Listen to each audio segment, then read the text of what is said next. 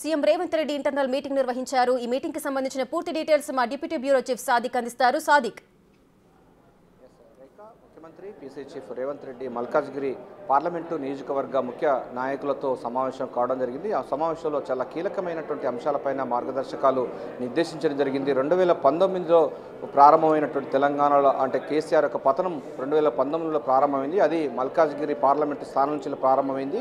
అదే తరహాలో ఇప్పుడు ముందుకు పోవాలని దానిపైన కూడా ముఖ్యమంత్రి రేవంత్ రెడ్డితే కార్యకర్తలకు నాయకులకు స్పష్టమైనటువంటి అంశాలపైన కూడా ఒక రోడ్ మ్యాప్ను ఇవ్వడం జరిగింది. వచ్చే పార్లమెంటు ఎన్నికల్లో మల్కాజ్గిరి ఎలాగైనా గెలిచే లక్ష్యంగా పనిచేయాలని 2964 బూత్ సంబంధించి పూర్తి స్థాయిలో ఉంటుంది. దేశంలో అతిపెద్ద పార్లమెంటు నియోజకవర్గం కావడంతో ఈ ప్రాంతంలో ప్రతి వారి కన్ను ఉంటుంది, ప్రతి వారి అంశంపైన కూడా ఉంటుంది. కనుక దీన్ని ఆదర్శంగా తీసుకొని మిగతా పార్లమెంటు నియోజకవర్గాల్లో కాంగ్రెస్ పార్టీ గెలుపు కోసం పూర్తి స్థాయిలో కూడా ఫోకస్ పెట్టాలని కూడా కార్యకర్తలకు నాయకులకు CM PC chief Revanth Reddy అయితే మొత్తం పూర్తి స్థాయిలో మార్గదర్శకాలు నిర్దేశించడం జరిగింది. ప్రధానంగా ఈ నియోజకవర్గంలో గెలిచిన తర్వాత మిగతా సంబంధించినటువంటి వాటిపైన కూడా ఫోకస్ పెట్టాలని కూడా చెప్పడం జరిగింది. అంతేకాకుండా పార్లమెంటు నియోజకవర్గాలు ప్రతిష్టాత్మకంగా తీసుకున్న తరుణంలో ఎక్కువ అంటే తాను ముఖ్యమంత్రిగా కావడానికి పార్లమెంటు నియోజకవర్గమే ఉంది. అక్కడ నుండి అంటే పార్లమెంటు నియోజకవర్గం మల్కాజ్గిరి పార్లమెంటు నియోజకవర్గంలో ఎంపీ ఈరోజు ముఖ్యమంత్రిగా అయ్యాడన్న విషయాన్ని కూడా గుర్తుంచుకోవాలి. సో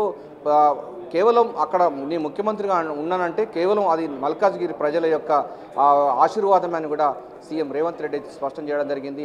ప్రజలతో ఇంకా పూర్తి స్థాయిలో కాంగ్రెస్ పార్టీ నాయకులతో ఇంకా మమేకమై ఉన్నాం కనుక అదే తరహాలో మరింత ముందుకు పోవాలి.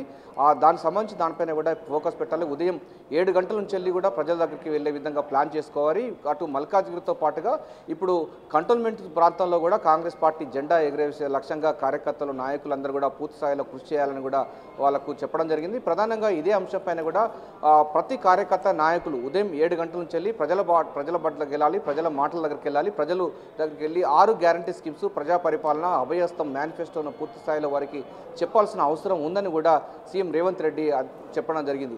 సో మొత్తంగా చూసినట్టయితే మనకు పార్లమెంటు నియోజకవర్గ ఎన్నికల సన్నాహక సమావేశంలో చాలా కీలకమైన అంశాలు చెప్పడం జరిగింది.